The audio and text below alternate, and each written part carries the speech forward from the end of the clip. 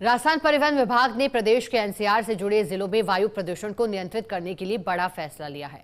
अब 1 जनवरी 2026 से अलवर, खैरथल, तिजारा, डीग और भरतपुर जिलों में केवल सीएनजी और इलेक्ट्रिक वाहनों को ही ऑनलाइन परिवहन और डिलीवरी सेवाओं में शामिल किया जा सकेगा।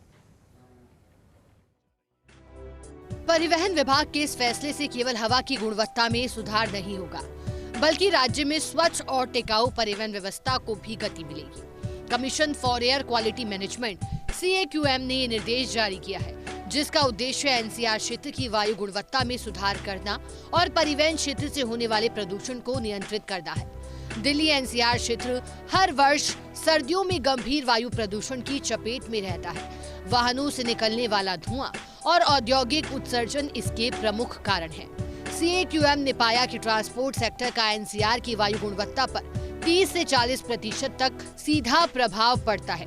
इसे देखते हुए आयोग ने राजस्थान, हरियाणा और उत्तर प्रदेश को निर्देश दिया कि वे अपने अपने एनसीआर क्षेत्रों में स्वच्छ ईंधन आधारित मोबिलिटी नीति लागू करें। राजस्थान सरकार ने इसके तहत ये फैसला लिया है कि 1 जनवरी 2026 से पेट्रोल और डीजल चालित दोपहिया, तिपहिया और हल्के वाणिज्यिक वाहन LCV, LGV किसी भी ऑनलाइन एग्रीगेटर या डिलीवरी सर्विस प्लेटफॉर्म जैसे ओला, उबर, जोमेटो, स्विगी, अमेजन और फ्लिपकार्ट से नहीं जोड़े जाएंगे। राजस्थान में आदेश अलवर, खैरथल, तिजारा, डीग और भरतपुर जिलों में लागू होगा, जो दिल्ली एनसीआर के दायरे में आते हैं। इन जिलों में चलने वाली एग्रीगेटर सेवाओं और डिलीवरी कंपनियों को अब केवल CNG या इलेक्ट्रिक वाहनों को ही अपने प्लेटफॉर्म पर शामिल करना होगा। CAQM ने स्पष्ट किया है कि जो वाहन पहले से एग्रीगेटर सेवाओं या डिलीवरी कंपनियों में पंजीकृत हैं, वे फिलहाल सेवाएं जारी रख सकते हैं। हालांकि नए पेट्रोल या डीजल वाहनों को जनवरी 2026 के बाद किसी भी परिस्थिति में शामिल करने की अनुमति नहीं होगी। इस निर्णय का उद्देश्य दिल्ली एनसीआर और उससे सटे राजस्थान के जिलों में वाहन उत्सर्जन से होने वाले प्रदूषण को कम करना है। राजस्थान परिवहन विभाग का ये कदम राज्य के ग्रीन मोबिलिटी मिशन 2030 को भी मजबूत करेगा।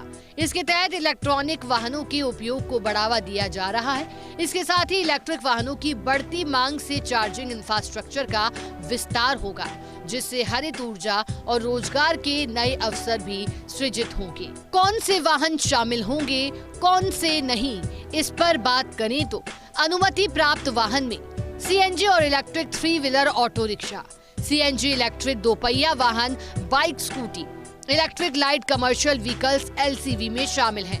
वहीं प्रतिबंधित वाहनों में पेट्रोल या डीजल चालित auto rickshaw, mini truck, LCV और डिलीवरी वैन, पारंपरिक ईंधन ICE इंजन वाले सभी नए वाहन जो 1 जनवरी 2026 के बाद जोड़े जाने थे। एनसीआर में प्रदूषण कम करने के लिए परिवहन विभाग ने बड़ा फैसला लिया है। 1 जनवरी से प्रदेश के एनसीआर इलाकों में ऑनलाइन सुविधाओं, जिनमें जोमेटो, ओला, उबर में सिर्फ इलेक्ट्रिक और CNG व्हीकल ही चल सकेंगे। किसी भी नए वाहन को जो इलेक्ट्रिक या CNG नहीं है, ऑनलाइन कंपनी नहीं जोड़ सकेगी। कैमरामैन साहिल के साथ Shivendra Pratap Singh Parmar, first India news, Jaipur.